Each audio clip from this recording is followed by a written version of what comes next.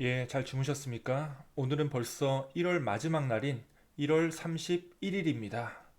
예, 참 시간이 빠릅니다. 벌써 1월도 다 갔는데요. 이 정신없이 지나가는 이 시간 속에서도 또 이렇게 새벽에 일어나자마자 하나님을 찾으며 예배로서 하루를 시작하시는 여러분들을 주님의 이름으로 축복하고 환영합니다. 예, 우리 함께 기도하며 오늘 새벽 예배를 시작하겠습니다. 하나님 감사합니다. 오늘도 새 날, 새 하루를 주시고 또 이렇게 주님께 예배함으로 이 새 하루를 시작하게 해주신 것 감사를 드립니다.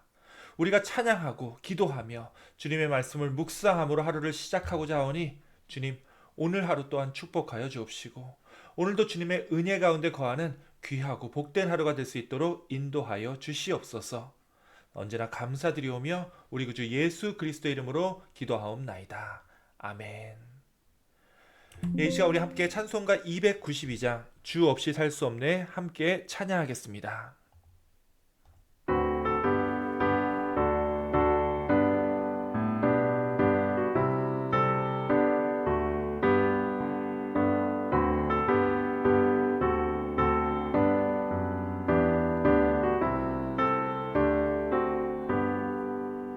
주 없이 살 수 없네 죄인의 구주여 그 귀한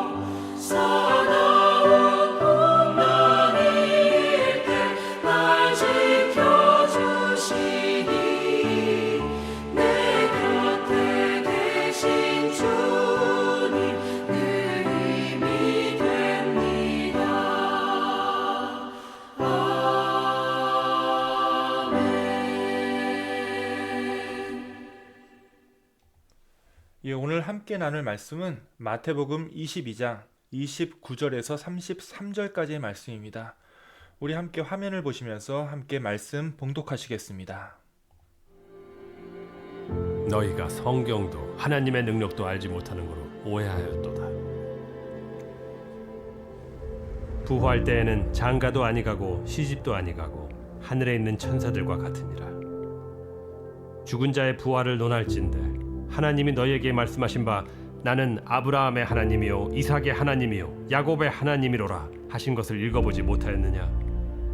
하나님은 죽은 자의 하나님이 아니요 살아있는 자의 하나님이시니라.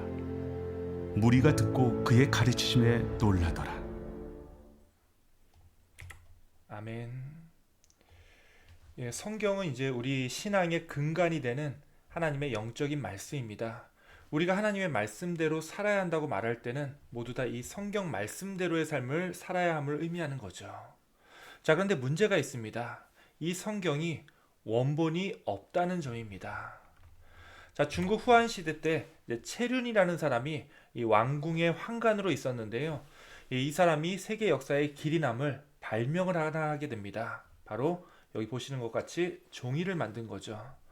물론 이제 채륜 이전에도 종이의 형태로 개발된 것은 있었지만 이 채륜이 만든 죄지법이 종이가 가장 널리 퍼지게 된 표준 방식이 되었기 때문에 이때부터 이 기록 문화가 이 스크롤이라 불렸던 이 두루마리 방식에서 이 코덱스라고 부르죠. 낱장 종이를 묶어서 지금의 책자 형태로 이 엮은 방식이 널리 퍼지게 됩니다. 자, 그럼 종이가 발명되기 전에 이 스크롤은 어떤 재료로 만들었느냐? 예, 아마 여러분들 다 들어보셨을 겁니다. 바로 양피지를 사용했습니다. 양피지라는 건 말 그대로 양의 가죽을 의미하죠. 양 가죽을 두들겨 펴서 늘린 다음에 석회 처리를 해서 거기에 글을 기록한 건데요. 아무리 처리를 잘해도 이게 결국에는 짐승의 이 사체이기 때문에 썩기 마련입니다. 그래서 한 60년, 길어야 100년 정도 지나면 이 양피지 기록은 사라질 수밖에 없었습니다. 자, 이 썼던 글들이 썩어서 사라질 판이니 이걸 어떻게 해야 되죠? 다시 써야 됩니다. 썩기 전에 새 양피지에다가 그 글을 옮기는 작업을 해야 그 원래의 기록이 계속 남겨지기 때문인데요. 예, 성경에 보시면 이제 서기관들이라고 나오는데 이들의 역할이 바로 이거였습니다. 자, 여러분들이 갖고 계시는 이 성경책은 바로 몇천 년 동안 이런 길고 긴 작업에 의해서 수백 명, 수천 명의 서기관들의 노력으로 이어져서 이렇게 남겨진 책이라는 거죠. 자, 이 신약 성경도 마찬가지입니다. 아까 채륜의 이야기를 했습니다만 우리가 읽고 있는 이 복음서 같은 경우에는 아마도 이 채륜이 종이를 개발하기 직전에 기록된 책이기 때문에 여전히 그때도 이 종이 방식이 아니라 양피지가 사용되었었습니다. 자, 오늘날 성경의 원본이 단 한 권도 남아있지 않은 이유도 바로 이것 때문입니다. 신구약 성경은 모두 양피지로 기록이 되었기 때문에 오늘날은 다 썩어서 없어져 버렸다는 거죠. 자, 그렇다면 우리가 지금 읽고 있는 이 성경은요, 현재 남아있는 다양한 카피본들을 조합해서 만든 책입니다. 아마 여러분들 성경 읽다가 중간에 이렇게 구절 하나가 통째로 없는 경우를 종종 보실 겁니다. 그래서 그 밑에 이 관주라고 하죠. 아래 해설서를 보면요, 어떤 사본에는 뭐뭐뭐뭐라고 이 절에 써 있음 이렇게 적혀 있을 때가 있습니다. 이것이 바로 우리가 가진 성경이 오리지널 하나가 아니라 여러 개의 카피본을 조합하다 보니까 그 디테일에 있어서 그 내용이 조금씩 달라지는 이유입니다. 그래서 성경은 버전이 여러 개가 있을 수밖에 없는 거죠. 이 채택하는 히브리어나 히라버 성경 버전만 해도 여러 사본들을 조합해서 이 묶은 책이기 때문에 또 이걸 각 나라의 언어로 번역하는 방식도 각양각색이고요. 그래서 영어만 해도 수백 개의 다른 버전들이 있습니다. 자, 처음 얘기로 돌아와서 우리가 신앙생활을 함에 있어서 말씀대로 살아야 한다고 말하지만 실제로는 그 말씀이 성경 말씀이냐? 라고 묻는다면 조금 대답하기가 곤란해집니다. 방금 보신 대로 성경의 카피본들이 워낙 다양하고 번역도 각양각색이기 때문에 어느 성경의 말씀대로 살아야 하느냐, 이 문제가 대두될 수밖에 없다라는 겁니다. 게다가 같은 성경인데도 해석하는 방법이 또 너무나 다양하게 나타나죠. 가령 우리 기독교인들이 구약의 율법을 지켜야 되느냐 말아야 되느냐. 지켜야 된다면 솔직히 그걸 다 지킬 수는 없잖아요. 그럼 그 중에서 어떤 걸 지켜나가야 하느냐. 지키지 않아도 된다면 그럼 구약 성경은 우리에게 무슨 의미를 주고 있는가? 자, 이런 다양한 생각들이 충돌할 수밖에 없고요. 실제로 지금 그러고 있습니다. 가령 이제 랍스터나 돼지고기 먹고 싶다고 구약 성경 말씀은 안 지켜도 된다고 자 그렇게 말할 수 있는 것도 아니고요. 그렇다고 우리가 도저히 지킬 수 없는 이 구약의 규례들을 쭉 나열해 놓고 그거 안 지키면 다 죄인이라고 말하는 것은 이 예수님 시대의 율법학자들의 논리와 다를 게 없다라는 거죠. 결국 우리는 성경대로 살아야 한다고 말은 하고 있지만 실제로는 성경을 이해하는 그 수많은 관점 중에 하나의 관점을 우리가 은연중에 택하고 있고 그 관점대로만 성경을 이해하고 있다라고 이렇게 볼 수가 있는 겁니다. 자, 여기까지는 괜찮은데 이 사람마다 관점이 다를 수밖에 없잖아요. 나랑 다른 관점을 가진 사람들, 즉 같은 성경을 읽고 있지만 나와는 다른 관점을 취하기 때문에 나와 다른 좀 달라 보이는 믿음, 다른 신앙을 가진 사람들은 어떻게 대해야 하느냐, 이 문제가 나올 수밖에 없다라는 거죠. 예를 들면 안식일교는 어떻습니까? 자, 그들은 이단일까요? 뭐 안식일교도 이제 한 가지 교리가 아니라 여러 교리가 있기 때문에 우리 입장에서는 좀 거부감 들고 아슬아슬하게 느껴지는 안식일 교회들도 있지만 또 어떤 안식일교는요 정말 우리랑 다 똑같은데 예배를 드리는 이 요일만 다른 경우가 있습니다. 자, 이럴 땐 참 애매하죠. 날짜 다르게 지킨다고 이단이라고 말하기도 좀 그렇고요. 또 그들 안식일교 사람들의 주장을 들어보면 우리가 주일로 날짜를 옮긴 거지 원래는 안식일을 지켰던 것이 아니냐 이렇게 주장하거든요. 쉬운 문제가 아니라는 겁니다. 나와 다른 해석을 가진 사람들을 보면서 때로는 이해해주는 관용도 필요하고요. 때로는 타협의 여지를 주지 않는 단호함도 필요한 것이 바로 우리가 믿는 우리의 신앙이기 때문에 그렇습니다. 자, 그럼 반대로 말씀대로 신앙생활하는 데 있어서 가장 최악의 상황이 무엇일까요? 이제 제 개인적으로 말씀대로 살아야 한다 혹은 성경대로 살아야 한다라고 말하면서 가장 최악이었던 신앙인들은요 오히려 막상 그 말하는 것들을 따져보면 본인들도 이 성경을 보는 여러 해석 중에 하나의 관점을 취하고 있으면서 다른 사람들의 다른 생각들을 인정해주지 않고 다른 사람들의 관점은 다 잘못되었다 이렇게 말하는 사람들이었습니다. 그러면서 본인들은 성경대로 이 성경에 맞게 살아가고 있다라고 믿고 있다라는 거죠. 자, 이런 사람들 보면 이제 어떤 사람들이 생각이 나냐면요. 오늘 등장하는 사두개인들이 생각이 납니다. 자, 우리가 복음서를 보면요. 사두개인과 바리새인이 힘을 합해서 함께 예수님을 공격하는 것처럼 보이지만 실상 이 사두개인과 바리새인은 무척이나 사이가 나쁜 관계였습니다. 뭐 출신이 다르고 그들의 분파가 다른 것도 있지만 가장 다른 것은 이 성경을 이해하는 관점 때문이었습니다. 자, 여기서 성경이라고 하는 것은 아직 유대인들끼리의 이야기이기 때문에 구약 성경, 그 중에서도 모세의 율법을 의미하게 되죠.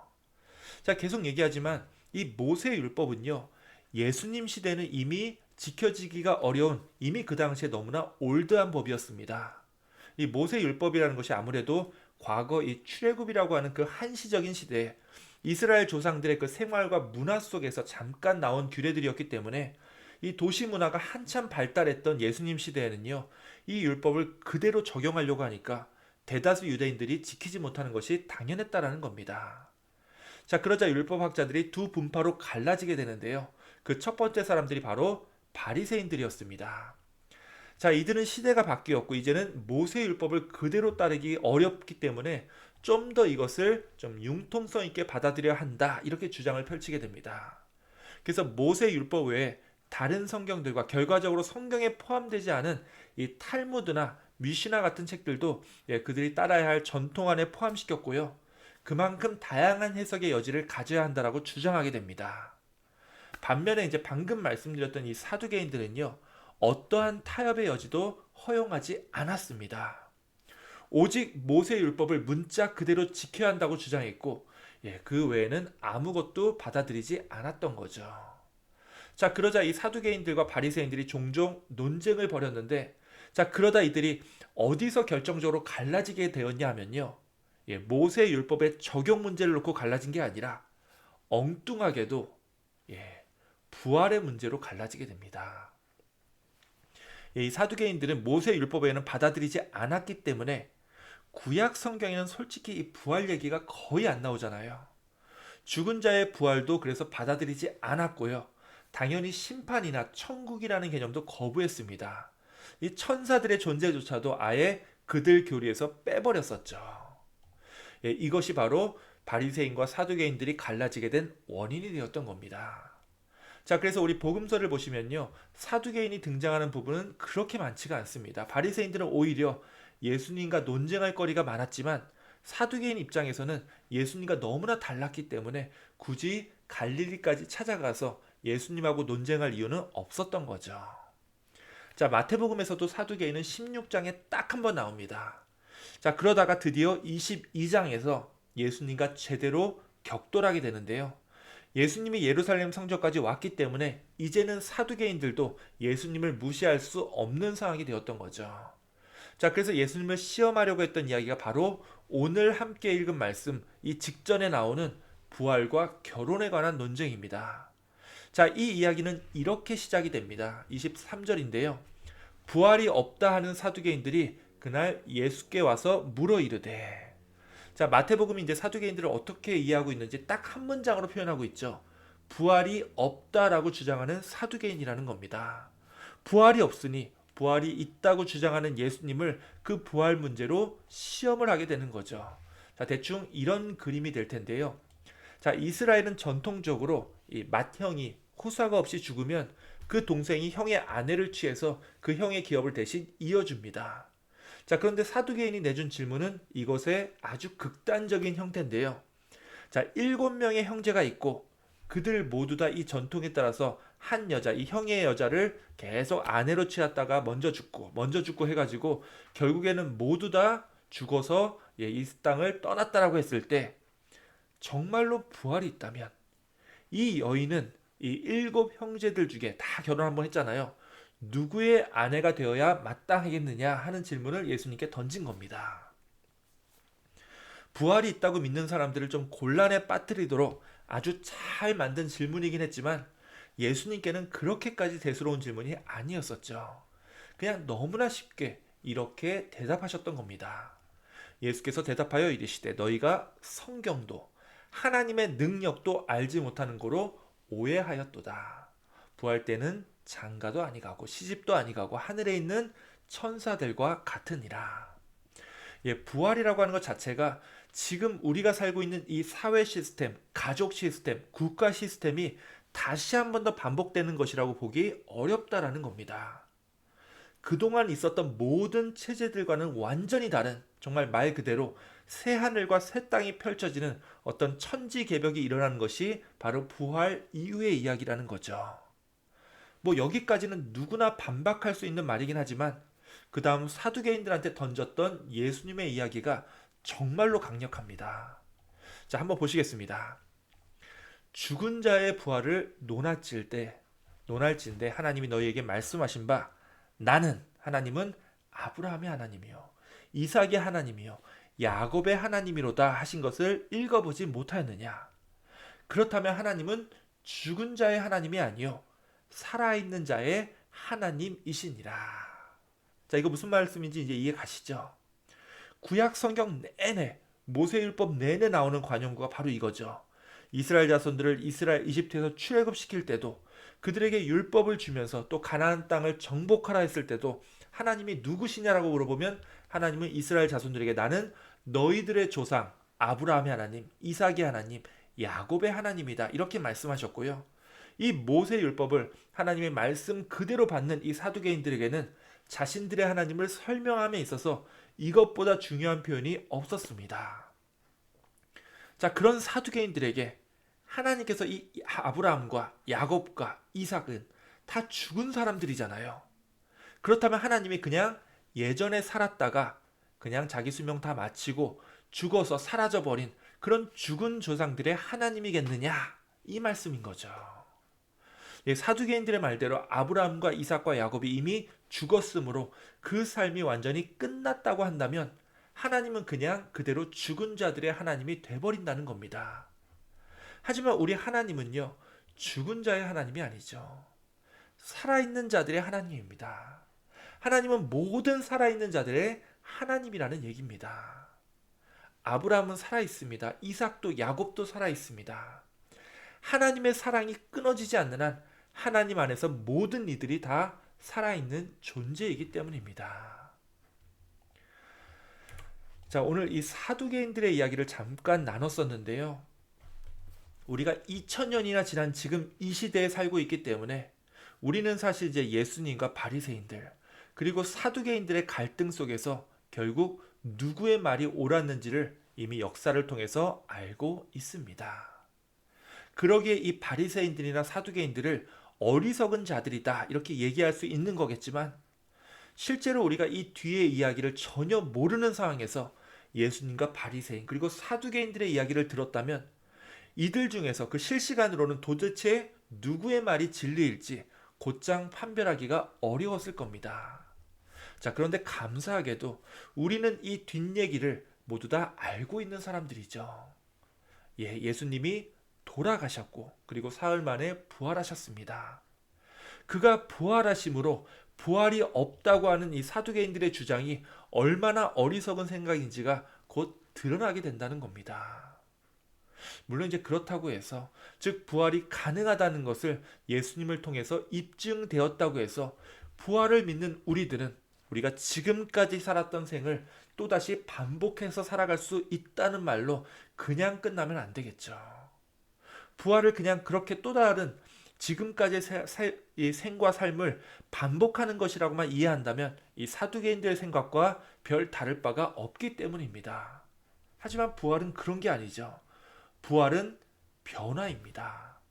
그냥 점진적인 변화가 아니라 우리 삶이 완전히 바뀌는 질적인 변화입니다.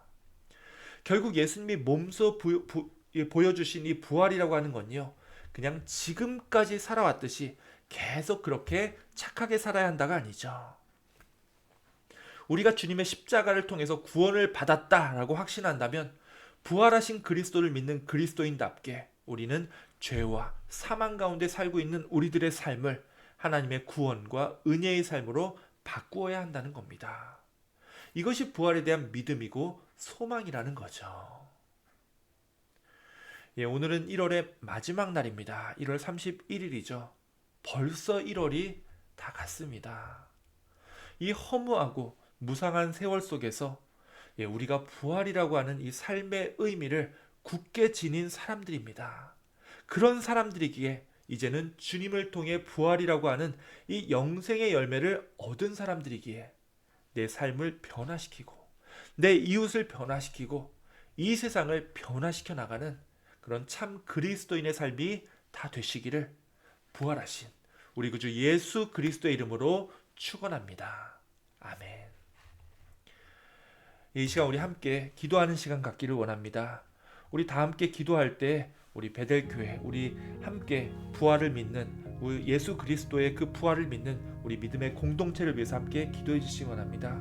우리 베델 공동체 주님께서 사랑하시고 주님께서 역사하시는 그런 귀한 믿음의 공동체인 줄 믿습니다. 주님께서 정말 그 십자가에서 주님의 생명을 바치며 세워주신 몸된 교회입니다.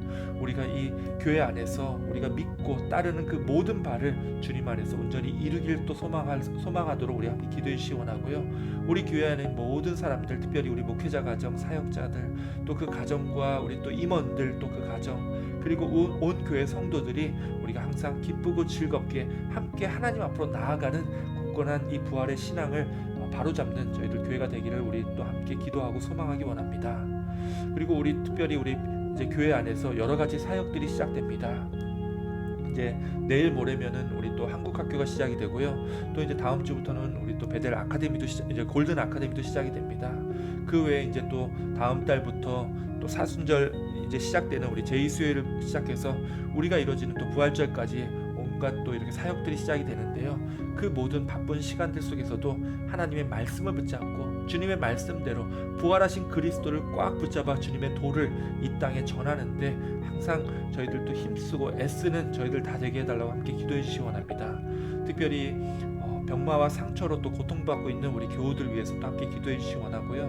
우리 김상문 권사님 위해서 그 여러 가지 그 병환들, 또 그 가운데 힘들어하는 것들, 또 물질적인 또 부족함들, 여러 가지 또 힘든 그 시간들이 온전히 주님 안에서 하나님 앞에서 정말 합당한 열매를 맺기를 저희들도 간절히 기도하고 소망합니다. 함께 기도하고 있는 그 가족들과 우리 배달 지체들 하나님께서 버리지 말아주시고, 함께 하나님께서 위로해 주시고, 우리 또 김상훈 권사님의 그 회복을 통해서 우리 온 교회 성도들이 함께 은혜 받는 그런 귀한 시간이 되게 해달라고 함께 기도해 주시기 원합니다. 그 외에 또 여러 가지 또 병마와 질병으로 고통받고 있는 우리 교우들 위해 기도해 주시기 원하고요. 또 다른 사람들과의 관계로 인해서, 또 다른 사람의 입술의 그 상처로 인해서 우리 마음에 앙금처럼 그 상처가 남아있는 분들 있다면은 우리 또 함께 그들 위해 기도해 주시기 원하고요. 그들이 갖고 있는 모든 앙금들이 사르륵 녹아지고 주님의 부활과 함께 완전히 우리의 마음이 변화되고 온전히 주님께로 향할 수 있도록 함께 기도해 주시기 원합니다. 그리고 오늘 이 수요일은 우리 북가주 교회들을 위해서 기도하는 날입니다. 특별히 내일 또 우리 이 북가주 코코스 모임도 있고, 또 우리 또 산호세 교회 협의에 속한 우리 또 이 지역의 교회들을 위해서 함께 기도해 주시기 원하는데요. 먼저 교회를 섬기고 있는 우리 목사님들 그 가정, 그리고 또 우리 함께 섬기고 있는 우리 교회 성도들 그 모든 분들이 또 우리가 우리 교회만의 힘으로 이게 되는 그 전도가 되고 사람들을 인도할 수 있는 것이 아니라고 믿습니다. 우리가 같이 붕업해서 하나님을 믿는 분위기로 이 팬데믹 이후에 우리가 다시 한 번 더 일어설 수 있는 그런 교회들이 다 되게 해달라고, 우리가 다시 한 번 더 하나님의 그 놀라운 성령의 역사가 이 지역에 울려 퍼지게 해달라고 우리 함께 기도해 주시기 원합니다. 그리고 특별히 오늘 말씀에 근거해서 우리가 부활의 소망을 가지고 하루하루 살아갈 수 있는 저희들 다 되게 해달라고 우리 함께 기도해 주시기 원하고요. 오늘 말씀 따라서 우리는 죽은 자의 하나님을 믿는 사람들이 아니죠. 아브라함과 이삭과 야곱, 우리 다 살아있는 사람들의 그 부활의 소망을 가지고 살아가는 사람들입니다. 그들만의 부활이 아니라 우리들의 부활입니다. 우리 그 부활의 소망을 품고 살아가는 오늘의 내 삶을 위해서 우리 이 시간 함께 기도해 주시기 원합니다. 이 시간 우리 이 모든 것들 놓고 다 함께 기도하겠습니다.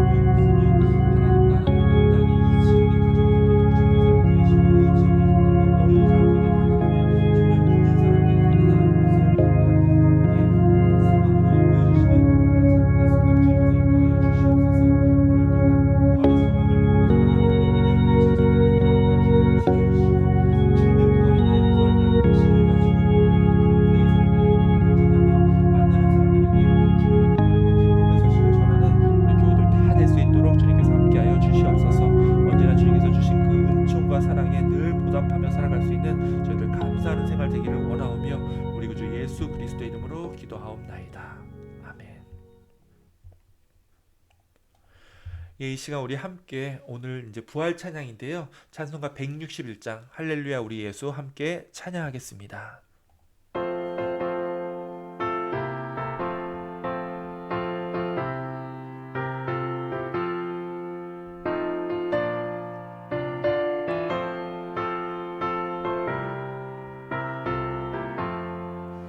할렐루야 우리 예수 부활 승천하셨네. 세상 사람 찬양하니 천사와 답하도다. 구주 예수 부활하사 사망 권세 이겼네. 구주 예수 부활하사 사망 권세 이겼네. 할렐루야 우리 예수 왕의 왕이 되시고 우리들의 중보 되신 성령 증거하시네. 구주 예수 부활하사 처음 열매 되셨네. 구주 예수 부활하사 처음 열매 되셨네.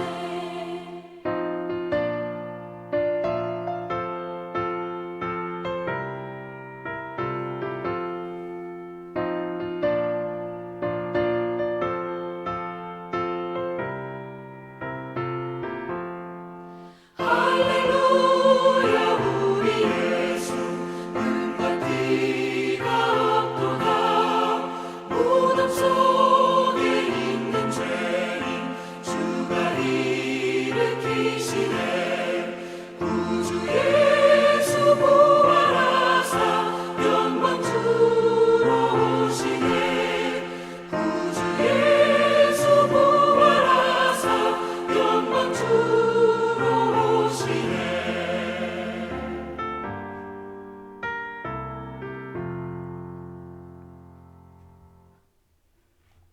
예, 우리 주기도문 하심으로써 오늘 새벽 예배를 마치겠습니다. 하늘에 계신 우리 아버지여, 이름이 거룩히 여김을 받으시오며 나라의 임하옵시며 뜻이 하늘에서 이룬 것 같이 땅에서도 이루어지이다.